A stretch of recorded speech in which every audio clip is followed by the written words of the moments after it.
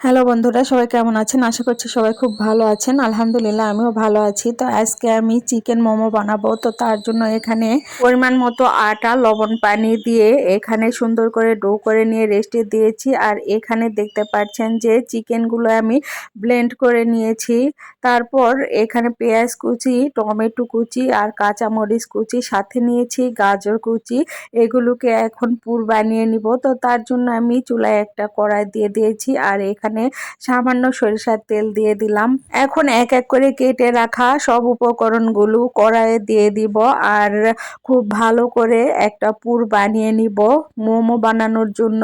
তো আপনারা তো সবাই জানেন কিভাবে মোমোর পুরটা রেডি করতে হয়। তো সেভাবে আমি মোমোর জন্য এখন পুরটা রেডি করব। তার জন্য পেঁয়াজ কুচি আর কাঁচামরিচ কুচি দিয়ে দিলাম। এরপর এখানে দিয়ে দিব গাজর কুচি।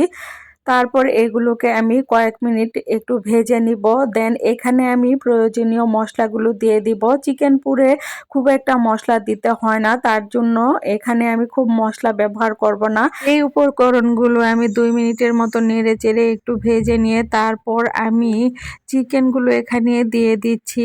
এগুলো সবগুলোই আমি আবারও একটু নেড়ে চেড়ে হালকা করে ভেজে নিব। যেহেতু এই চিকেনগুলো ব্লেন্ড করা, এগুলো সিদ্ধ হতে খুব বেশি সময় লাগবে না। তো এই তো আমি পরিমাণ মতো লবণ এখানে দিয়ে দিলাম। অল্প পরিমাণে আমি আদা রসুন ব্লেন্ড এখানে দিয়ে দিলাম। তারপর আলতো হাতে এটাকে নেড়ে চেড়ে আমি কয়েক মিনিট ধরে ভেজে নিব।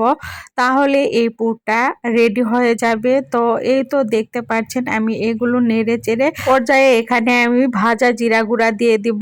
এটা দিলে একটু ফ্লেভারটা ভালো আসে আর খেতেও খুব মজা হয়। তো দেন আমি আবারও নেড়ে চেড়ে এটাকে একটু ঝুরো ঝুরো করে নিচ্ছি। অল্প পরিমাণে আপনারা এখানে গোলমরিচের গুঁড়ো ব্যবহার করতে পারেন, তাহলে স্বাদটা আরো ভালো আসবে। এই তো কথা বলতে বলতে কিন্তু পুরটা রেডি হয়ে গিয়েছে। এখন আমি মোমোগুলো বানিয়ে নিব।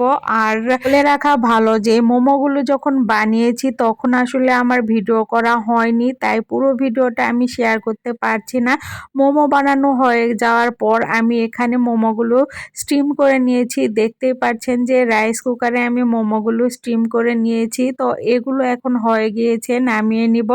তো সত্যি মোমোগুলো খেতে এতটাই মজা ছিল। আপনাদের কাছে এই ভিডিওটা কেমন লেগেছে অবশ্যই কমেন্ট করে জানাবেন।